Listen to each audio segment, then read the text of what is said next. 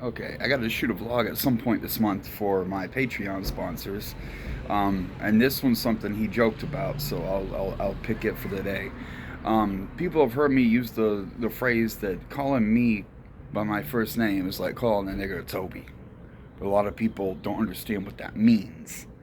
Um, there's a famous book about slavery called Roots. Okay, and the protagonist, or the original starting protagonist, was multi generational. But Kunta Kinte was an African Muslim, and see, it was either him wanting his kids or his father wanting him and his brother, one of the two. Pre-slavery in Africa is whichever way that is, his father wanting him or him wanting his kids. They took him aside, grabbed him by the dick, and were like, "Hey, watch out for these white men. If they take you, they'll cut on your penis, circumcise you." Okay. Later, he's captured. Kunta Kinte is captured as a slave, brought to America. And when he gets here, when he's being bought, his new master tells him that his name's going to be Toby. And he argued, like, "No, that's not my name. My name is Kunta Kinte." But of course, he lost the argument, and he had to get whipped for it too.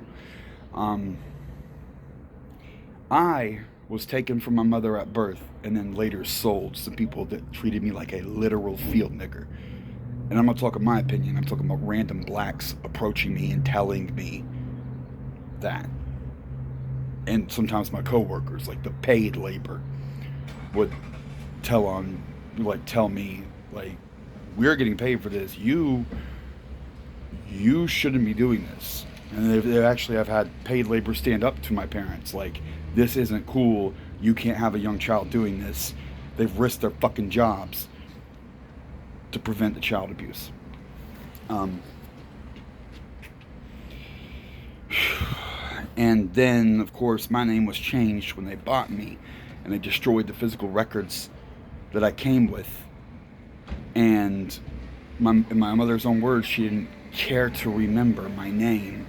And I fought, and I can't figure it out. And I've been to the Social Security office, and while the bitch said it quietly, and I didn't hear right, in something, McGillen, something like that, I don't actually know, and I can't get her to repeat herself. Like, I got the security called on me for violence, trying to make her repeat herself clearly so I could understand. And of course, as we all know, between the time I was taken from my mother at birth and the time I was bought, my penis was horribly mutilated in a botched circumcision.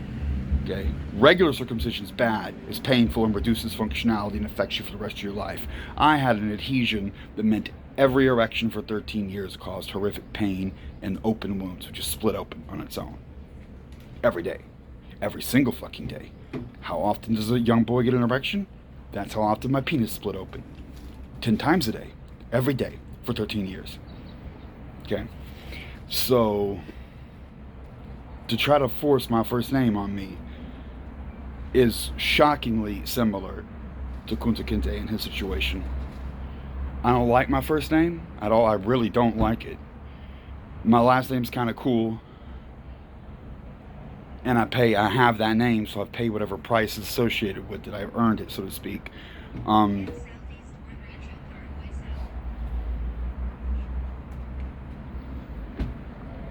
now that my parents and me have split, my adopted parents have split, it's never going to change.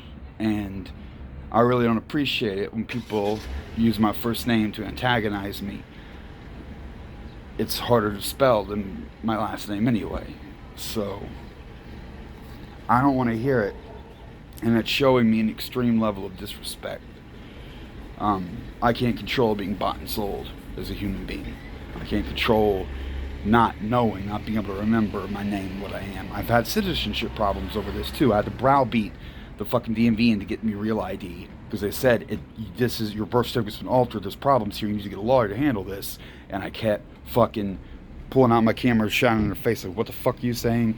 And kept browbeating them. And I got a new copy of my birth certificate. And they're like, "Well, this is still fucking yeah, I know it's modified. I can't do shit about that." And I eventually browbeat them into getting me real ID. But what the long-term effects, I have no idea. I don't know who I am or where I'm from. I don't know my name. I don't know my ethnicity. And I was told by my adoptive parents that I'm a subclass of human being because of the way I was born. I am an inferior.